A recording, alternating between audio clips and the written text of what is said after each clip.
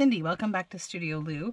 So today I'm here to do a boiled book reveal. So a boiled book is essentially botanically dyeing paper with plants. So this is watercolor paper.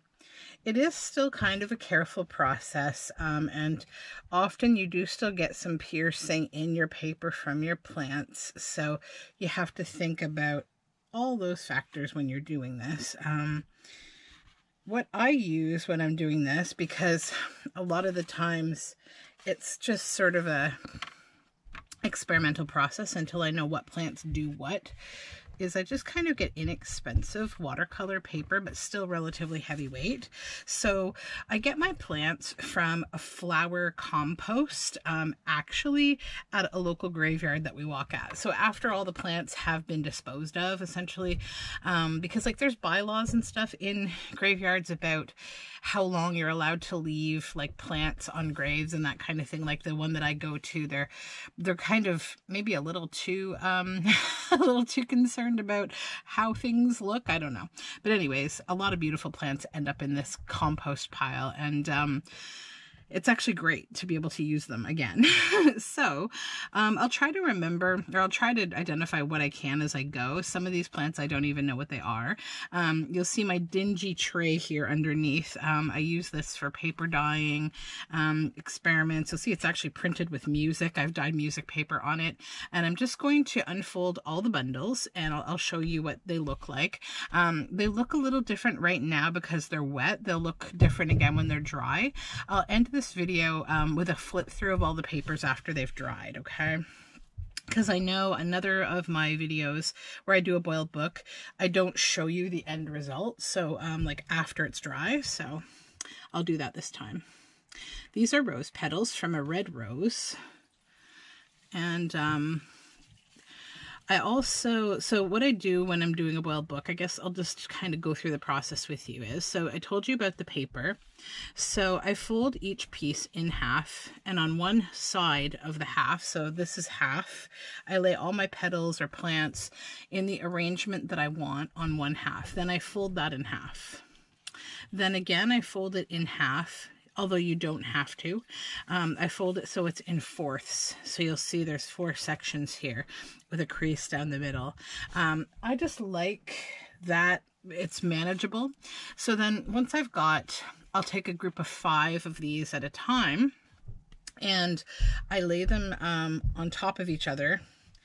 And I keep a weight on top of them because like it can get a little unruly when you've got plants between papers, you know, you want to press it down just a little bit. So this is more rose petals, and then this was a green flowery kind of plant. I don't know, unfortunately, what it was. I'm just going to put my flower trash can over here. So anyways, so then once you have like a stack of 5, I get a piece of string or yarn or rope, whatever, and you tie them like present style. So like this way, then this way, and then just tie a knot at the top. Just be careful not to tie too tight or you will dig into the corners of your paper. So then you've got a bundle of 5 pieces of watercolor paper. So then as many as you want, make those. Then you put them in a pot. This shouldn't be a pot that you cook food in. It should be a specific, you know, dyeing pot. And then you can put other things in there with them to add color if you want to. You can drop Kool-Aid crystals. You can do whatever you want to add more color. I don't do anything extra except I have a bunch of rusty cogs that I bought from an antique market years ago. They're just old metal machinery cogs. And so rust actually, it brings out the best in botanical color. It really does. And so I add some element of rust. If you want to rust things at home, you can. You can take anything that's not like galvanized, essentially, that's metal, or you can find rusty metal and just put it in like a jar and add vinegar to it, or salt, water, and it will rust. And then you can use that rusty water, or you can just use the bits and bobs that you rusted by laying them down in the pot or even on the paper. So on this sheet, there's a lot of extra blue color than what you would get from natural plants. These were some of those dyed blue flowers that I think they were like probably zinnias that had been dyed blue. So in a lot of floral shops, you know, they do this process where they put dye into a container and they put the flowers, or sometimes they're even grown in colored water, and the petals actually pick up the color. So I got this nice bit of blue here from those. And then also it's just rose petals and mums, a couple little mums, because the mums are out now. It's fall. So right now, if you're looking for floral stuff to use up in like flower composts or waste florals, if you have a graveyard near you, also check it out, because probably you can get some flowers. And I think also ethically, when you're walking around a graveyard, you can deadhead flowers that are just about dead. I don't really think there's any shame in doing that. It's not like a disrespect. I personally have a real love of graveyards, and it's October, so I'm allowed to talk about that.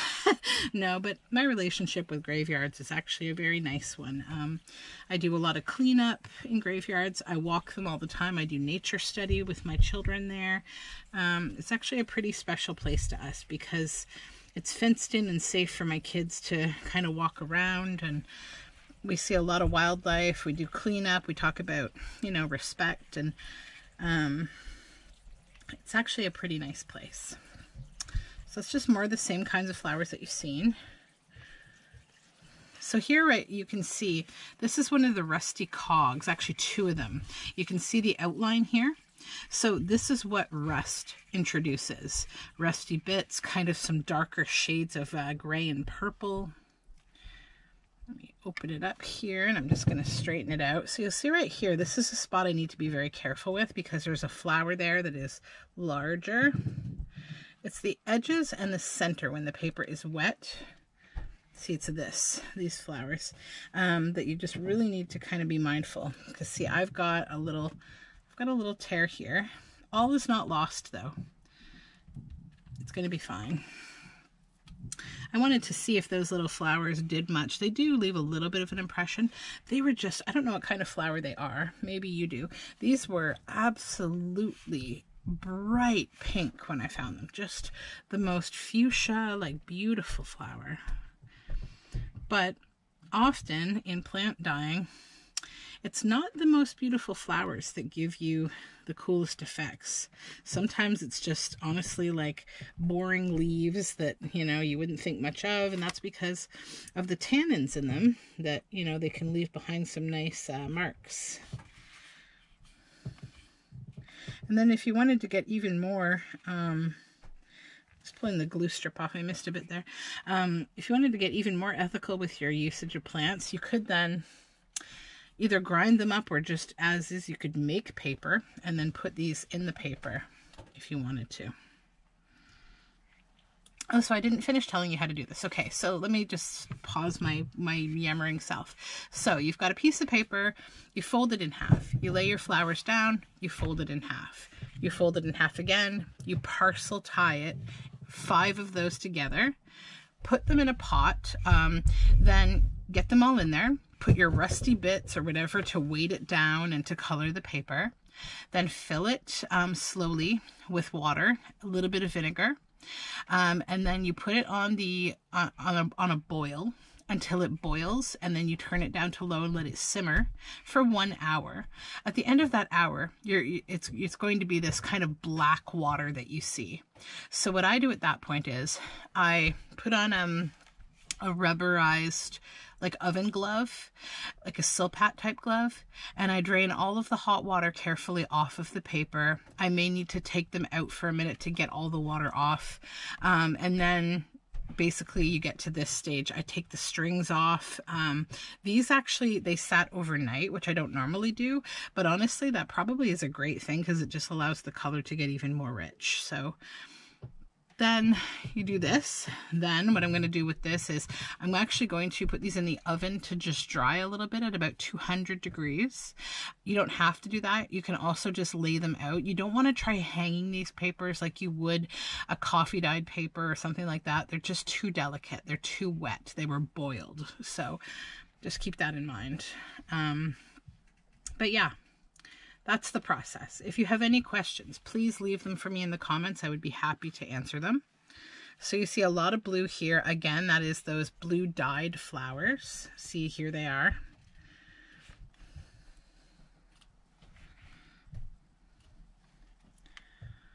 And these are eucalyptus. They kind of got overwhelmed by the blue. So as you see, even though you know, the blue is nice, it sort of overwhelms the eco printing a little bit because it's a little too much. So there's something to keep in mind if you are thinking of adding a synthetic dye or anything that has been synthetically dyed. And they will bleed through to other pages. So keep that in mind if you are trying to do some dye work and you kind of want specific effects. If you have anything that's dyed, it's going to bleed through, you know, your whole bundle. But I knew that. I was okay with it. These are begonias that you see here.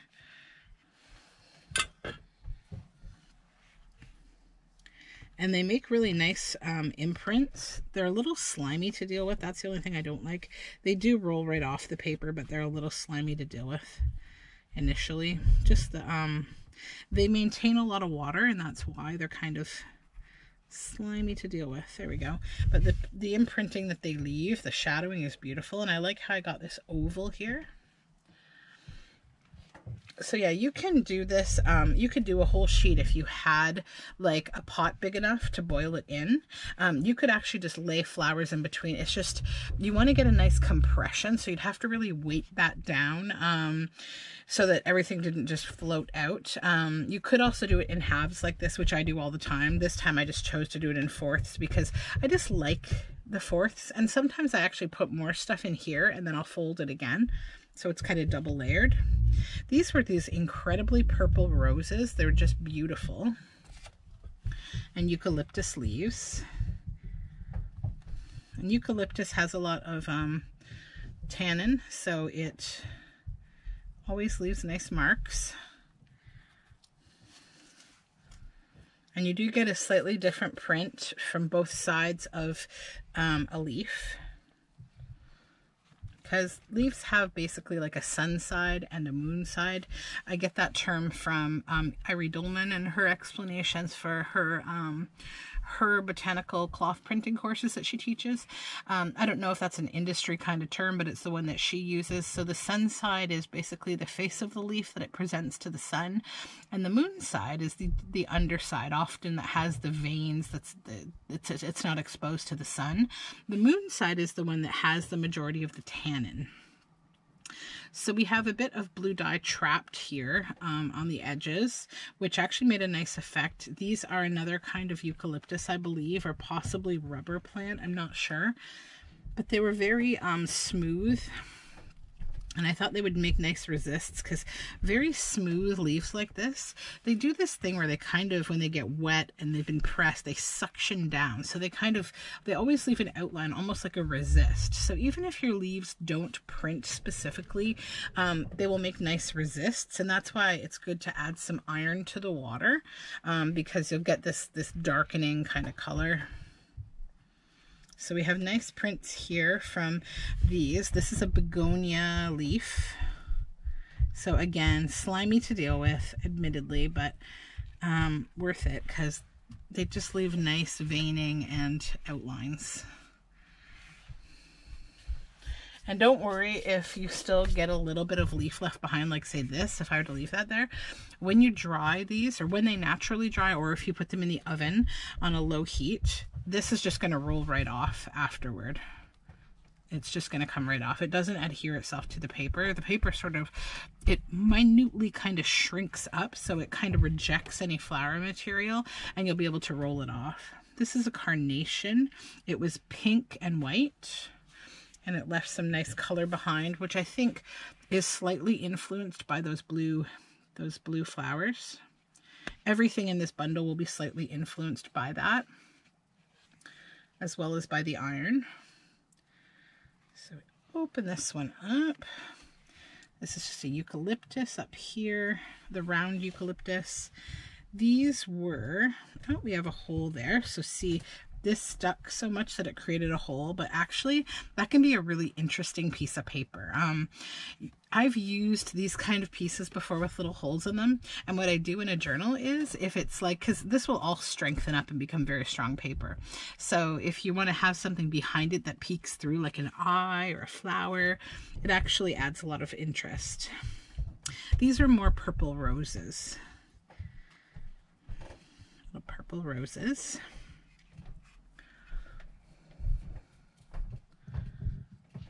Okay.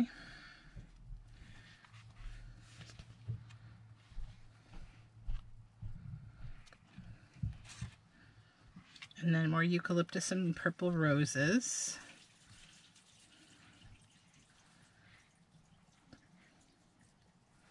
And they leave really nice impressions of all of the petals.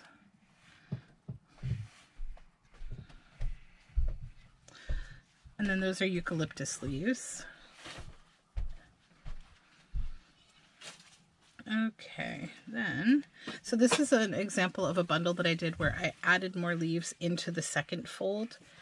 So I'll get those impressions as well.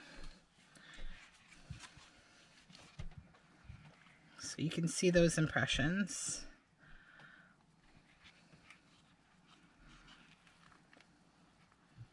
And then inside we have more eucalyptus and begonia, and then this is kind of a mystery plant that just, I like adding little plants that have stems and then little things on the stems, because you typically get the impression of the whole stem with whatever's on it. And you don't need to get like really quality beautiful flowers or anything. You can literally, they can be, you know, completely dead really. It's not important to the process. So see, this shows you a little bit of like the sliminess of the begonia, and how there's going to be leftovers there, but I'm not concerned about it because it's going to roll right off when they are dry.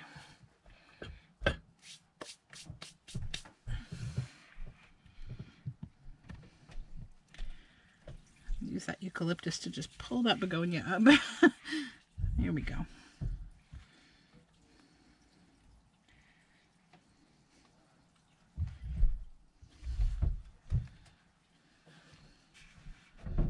Okay.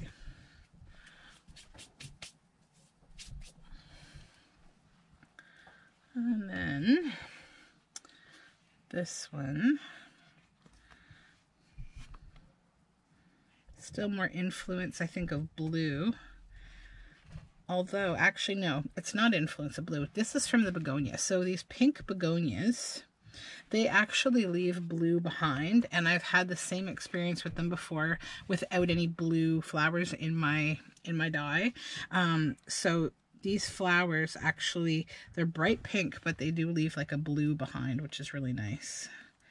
They do the same thing on cloth. I recently did a bunch of eco printing begonia on cotton that had been mordanted, and they left really nice shades of blue behind.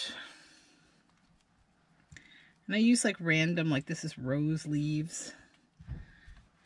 And then they do leave nice impressions. Most leaves do leave some kind of an impression on paper. That's not true for fabric. Fabric's a little harder to print than paper. Paper's usually a lot more accepting of color, and you don't have to like mordant it, which is nice. Your hands are going to get mucky, FYI.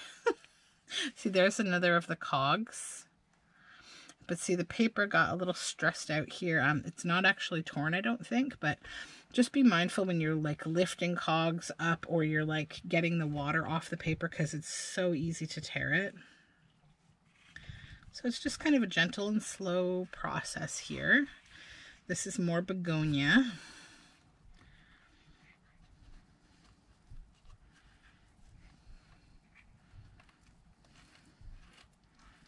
You could probably use like a plastic scraper too to just scrape it off if you wanted.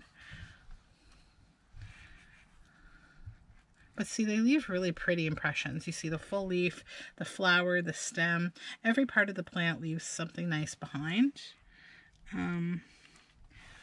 Admittedly, I wish that they did hold up a little better, that they didn't get all slimy, but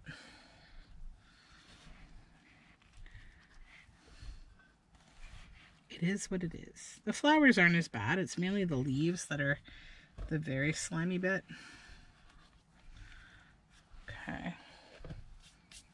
And then again, the introduction of iron. See those colors that it brings? We got a little rip there, unfortunately, but that's okay. Again, all is not lost. I have paper often kind of heal itself entirely, and then the rip just goes away. I just kind of smooth it over a bit because the pulp can kind of heal itself. So more begonia down here. These were white begonia, actually. They weren't pink. And I think this is a brown-eyed Susan. Yes, it was a brown-eyed Susan. So you get those impressions of the leaves. And then we have a little purple flower. I think it was a pansy, actually, in the side there. A couple of pansies. And then I grabbed this stem. It did leave some little bits of an impression, and that's actually where the tear happened because it's in that weak spot. When you're laying plants down, try not to put anything too close to the center where you're going to fold. If it's like something bumpy, if it's just a flat leaf, that's fine. But if it's bumpy, try to keep it away from anywhere that you're going to fold because it will cause possible tearing.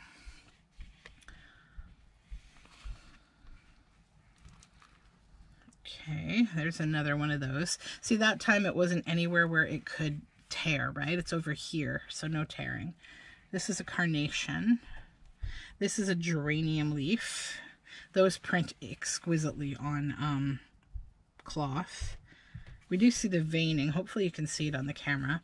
This is rose leaves. And then just another little flower petal there.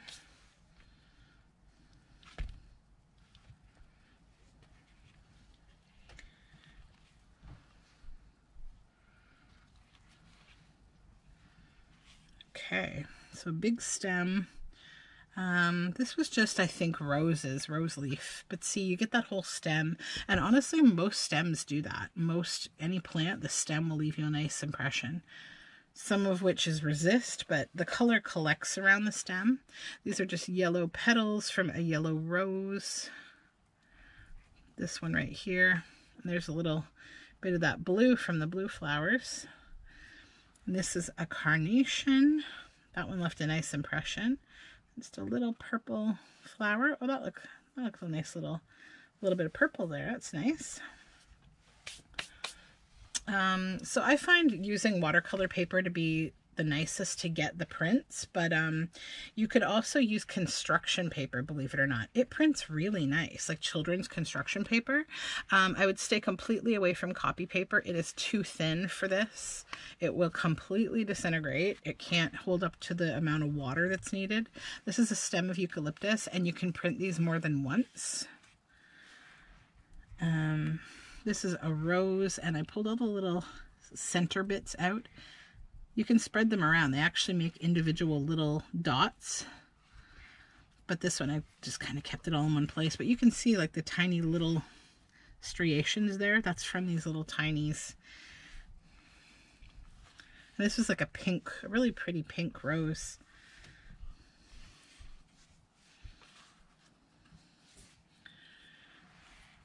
Okay. And this one's very dark and grungy.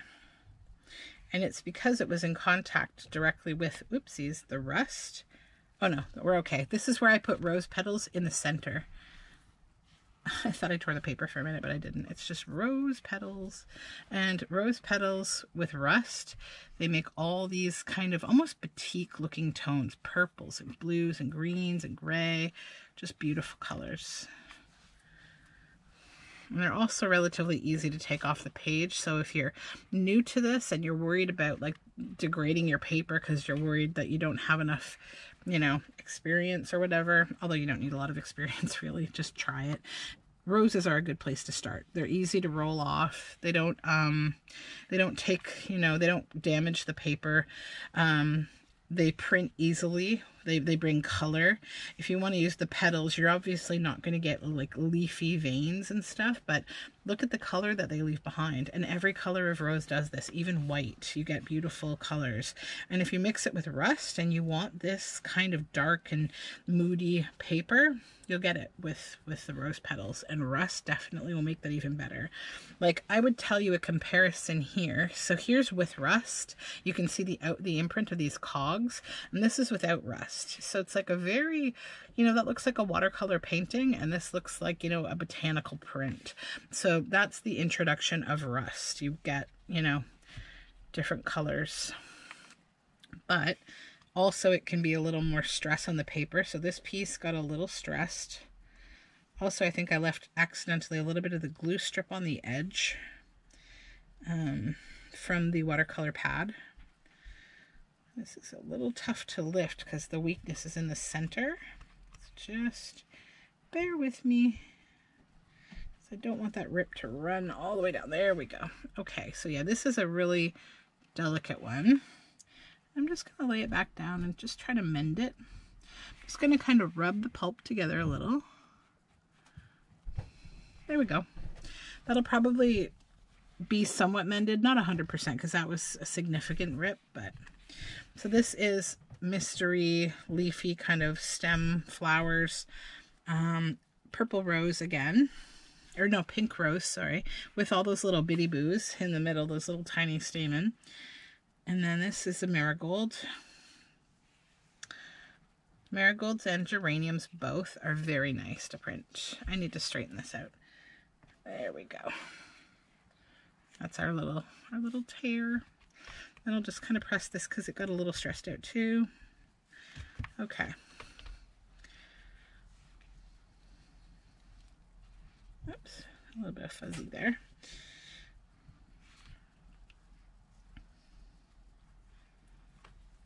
Okay.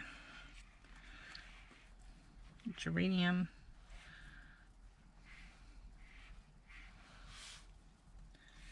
These are flat eucalyptus. They're very nice. You can print them a second time. They're rubbery. They're so fun and rubbery. I love them.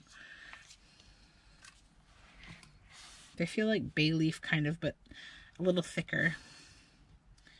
Just a few little white rose petals, yellow rose petals. I use up every last little bit because I know all of it contributes color. This is the first time I've used this plant. Oh, wow. Success. That's really pretty. I don't know what, I forget what these are called. I used to know. They often come in like fall arrangements. They were bright pink, and you see how they're kind of like a hairy like flower. Yeah, so they made a really nice impression on both sides. Oops. Oh, that's caused by a little bit of that glue strip at the top being left.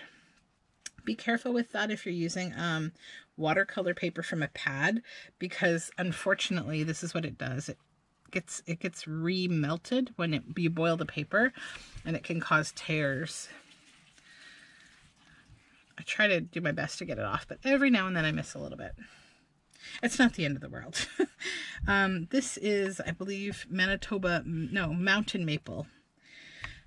The early leaves of a mountain maple, they have this shape to them. They eventually look more like a maple leaf, but the early ones, they do this. I recently printed a bunch of that when I was on vacation, and it just turned out beautifully. These were bright red. Ugh, I forget the name of them. They have a whole bunch of little flowers on this stem, single stem with a bunch of tiny stems, and they were bright red. They often come in like outdoor floral arrangements. They don't have a very nice smell to them, and they're fresh. I don't know if it's just me. There's certain like usually annual flowers that I just don't really like the smell of, and they're one of them. Okay, we have a couple pieces here that they came into contact with the rust. And we have a little of that glue strip. I got it though. Okay. We do have a bit of tearing. But again, not too bad. I just have to watch the top of the glue strip because it wants to stick back together again. I was not as careful as I could have been.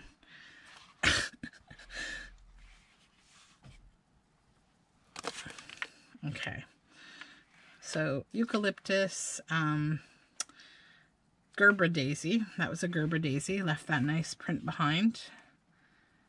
Eucalyptus. I'm actually going to keep some of these eucalyptus leaves because they're just nice and I'll use them in ephemera or something. This was another Gerber daisy. Brown-eyed Susan. Okay.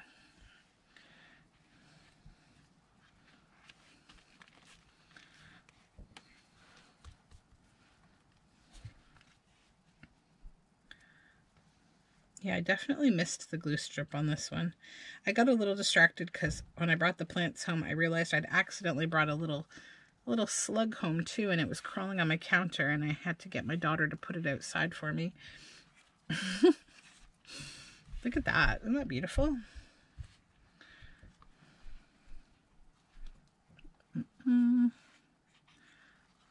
Okay. So this is a large geranium leaf and brown-eyed Susan, and the purple rose is what brought all that color to the table, along with the leaf and the, but yeah, that's a lot of color. Then we have rust, and this is just a big palm leaf. I put a geranium. Oh, look at that.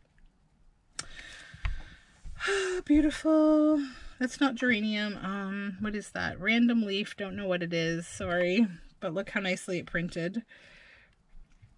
You know, if you really want to do a good job of like being able to repeat what you do, you can identify all your plants, document that in a journal or something before you get started, and you will have a nice kind of, you know, Bible of plant printing.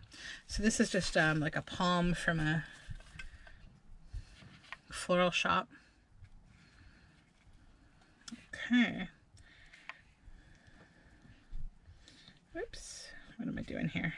Yeah, I'm going the right way. Okay. Yes. Okay. We have glue strip again. Tug, tug. Okay. And I put some of the eucalyptus in the middle.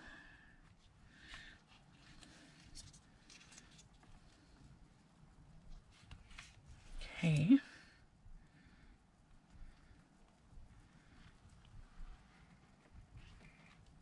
Some of that leafy green plant that I don't know what it is.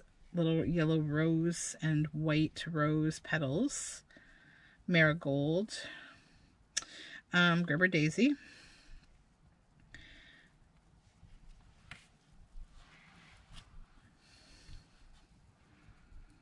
Okay.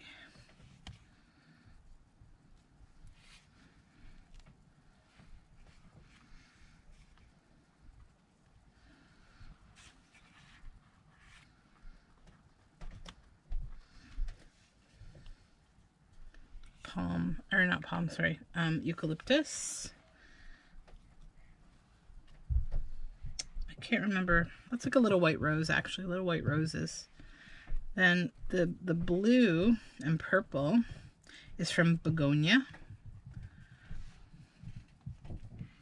And that's entirely created by begonia. That's way too far away from those blue flowers to have had any effect. And I've seen it before, the purple and blue with the begonia. This is just a rose petal, a white rose petal. And here's another example of the begonia, the blue and purple. And again, I put eucalyptus in between. Eucalyptus not only prints, it adds like alum elements that are just really nice. I'm going to dry those and use them in ephemera making, like sealing them down on paper or trapping them behind acetate. They're just a nice flat leaf to work with. And this one, we have a partial fern here. different ferns can do different effects. This one gave me a nice little ghosty impression. Again with the eucalyptus, some begonia.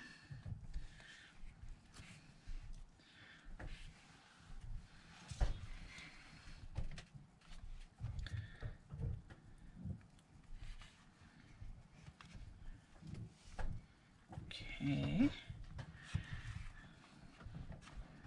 I don't know what this leaf was, but this plant is kind of like white and misty looking. It's from an arrangement. And then we had some little yellow roses. Marigold. Rose. This is the leaves from a rose plant. Got a bit of tearing here. Again, this is where the cog was, the rusty cog. I have very big, fat, rusty cogs, so they often damage the paper, but you can get a lot of flat, rusty stuff. Like I have some, actually this is one here. This is an impression of a very flat, low profile, rusty bit. So that's better, to be honest, but I don't know. I use paper for all sorts of things. Sometimes if it has a tear, I don't use that section, or I do, but for something else, and I'm not really too bothered by it, to be honest. This is geranium, left an amazing print, so it really likes the rust. That's that green and leafy kind of mystery plant from an arrangement. These are marigolds.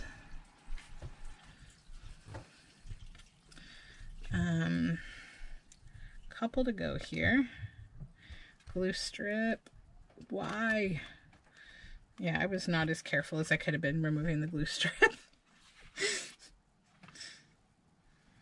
I did this like last night at like 9 o'clock, so I was already tired after a big hike around the woods, or the graveyard, I should say.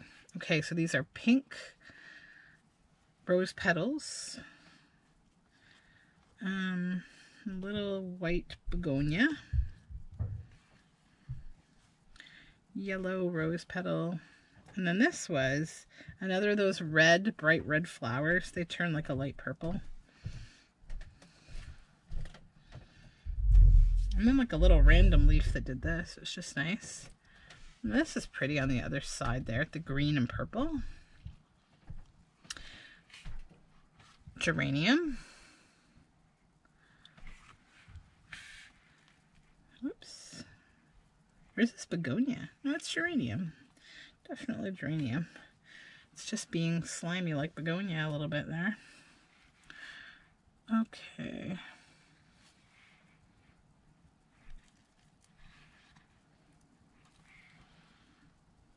Just support your creases when you unfold. I don't know what this leaf is, but it prints nice yellow. Begonia, yellow roses. Mums. These are little mums.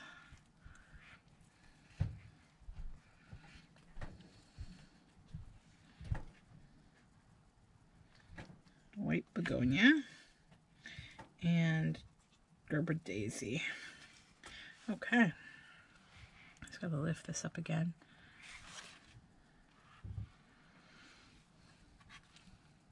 Two more pages to go. Oh yeah, this one has like a whole glue strip. Goodness me, what was I thinking? Although this one didn't stick, so I stuck a geranium in between. Then I'll just lay this down again. This is all rose petals, pink and white. And see, they give such nice watercolor effects. This is a really accessible way to make nice paper. Excuse me.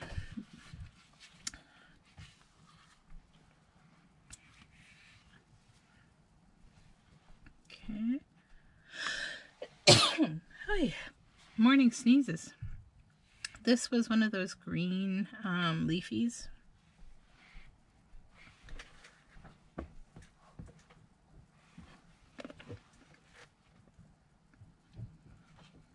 Come on. Excuse me. Ragweed season. My apologies.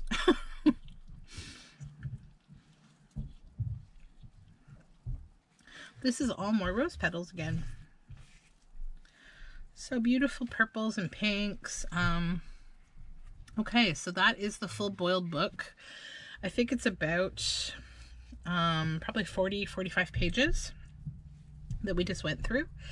So I'm going to dry it up now, and I will be back with a reveal of the dry paper. Okay, it is considerably later and we are back with dry papers. So I will just kind of flip through and show you what they look like on both sides. These ones, I haven't dusted them off or anything. So you see like the little bits of leaf that came off. But yeah, I'm really happy with how they turned out. And see, like I said, even the large pieces of leaf just come right off. I usually kind of go through them and do this, but I didn't have time today. It's been a long day. So I'm just going to go through them. There's the one that has the hole, and see, like that could be really fun in a journal, right? A really fun kind of peekaboo.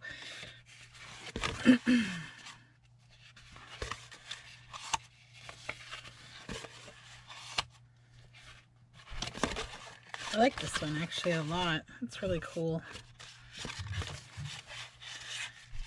And the more plain but like colorful side where you just see the folds, that's the side where there weren't plants directly touching. You can see that where the water collects with the iron, you're going to get the dark creases. So if that doesn't appeal to you, I actually love that. But if that doesn't appeal to you, just fold in half or lay flat. But I purposely fold in 4s. And there's the iron from the cog. That one turned out really pretty. Now these ones I put in a 200-degree oven for a couple of hours actually for them to, because there was a lot of them, for them to dry. That admittedly does take a little bit of the color and kind of soften it more. If you just like lay them flat to dry, if you're doing small batches, which I'd recommend, you'll have even deeper color than what I have here. But this is exactly what I was going for. I really like this mauvey and kind of like watercolory tones. There's that beautiful geranium leaf.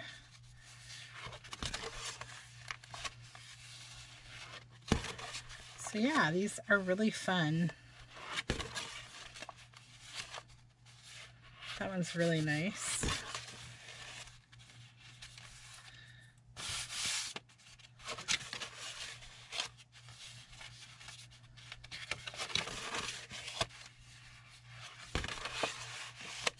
There's that lovely yellow mystery leaf. I'll have to try to find more of those.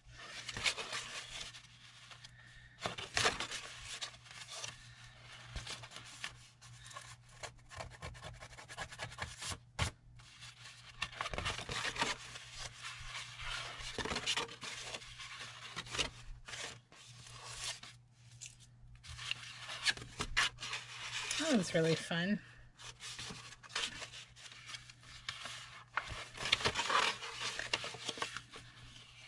More geranium. That's cool. Almost like Rorschach kind of. That's nice. Yeah, so that's my big stack of botanically dyed eco-printed paper. So pretty easy and a nice big stack of really fun paper that will work in all sorts of journal themes. So thank you for tuning in, and hopefully you try this out. If you do, leave me a comment and let me know how it goes and if you had fun. And yeah, because it's a lot of fun. It's a lot of fun to make these. See? You could do a really pretty journal with just these kind of papers. So anyhow, that's all for now. Thanks again, and I hope you have a great day. Bye for now.